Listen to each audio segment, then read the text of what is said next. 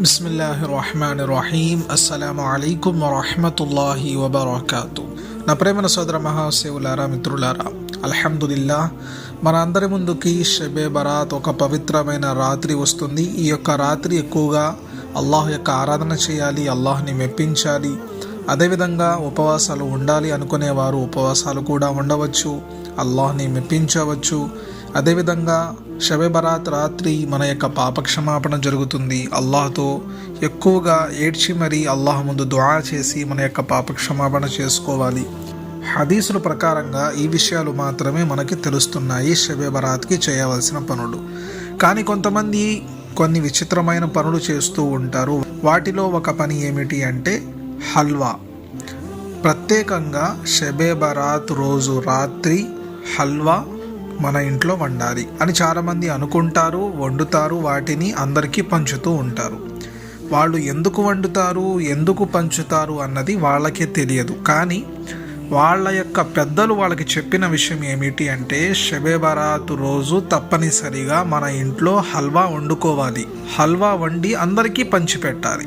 ఈ యొక్క విషయాన్ని వాళ్ళ పెద్దలు వాళ్ళకి చెప్పారు కాబట్టి వీళ్ళు ఇదే విధంగా చేస్తూ ఉంటారు. ఇప్పుడు మనం గనక వెళ్ళి వాళ్ళని అడిగితే ఎందుకు మీరు వండుతున్నారు అని, వండడంలో తప్పు ఏముంది, ఈరోజు షబే బరాత్ కాబట్టి, షబే బరాత్ యొక్క జాగారం కాబట్టి మేము హల్వా వండుతున్నాము అంటారు. అంతే తప్ప వాళ్ళకి ఇంకా ఏమీ తెలియదు.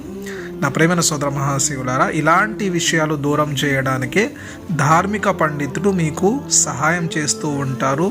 ఇస్లాంలో సరైన విధానం ఏమిటి, మంచి విధానం ఏమిటి, ఆ విధానంలో మీ అందరికీ నడిపించడానికి ధార్మిక పండితులు ఇక్కడ ఉన్నారు.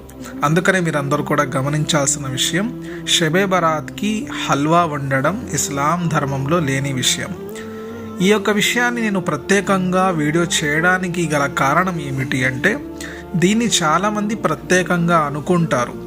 కానీ ఇది ఒక తినే పదార్థం కాబట్టి దీన్ని మనం తినే పదార్థంలాగే పెట్టాలి.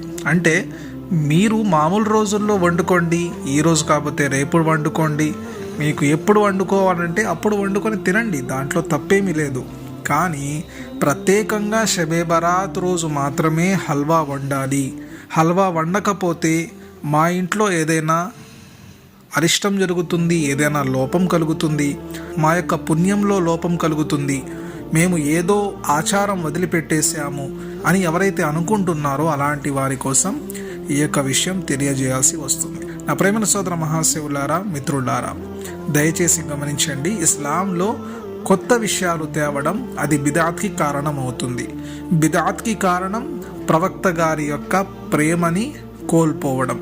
ప్రళయకాలపు రోజున ప్రవక్త గారి యొక్క చేతులతో ఆబె కౌసర్ అంటే కౌసర్ యొక్క నీరు తాగాల్సిన మనం ఎవరైతే బిదాత్ చేస్తారో అంటే దీనిలో కొత్త విషయం తెస్తారో అలాంటి వారు ప్రవక్త గారి యొక్క ప్రేమ నుండి, ఆయన యొక్క అనుగ్రహం నుండి దూరంగా ఉండాల్సి వస్తుంది. అందుకని దయచేసి గమనించండి.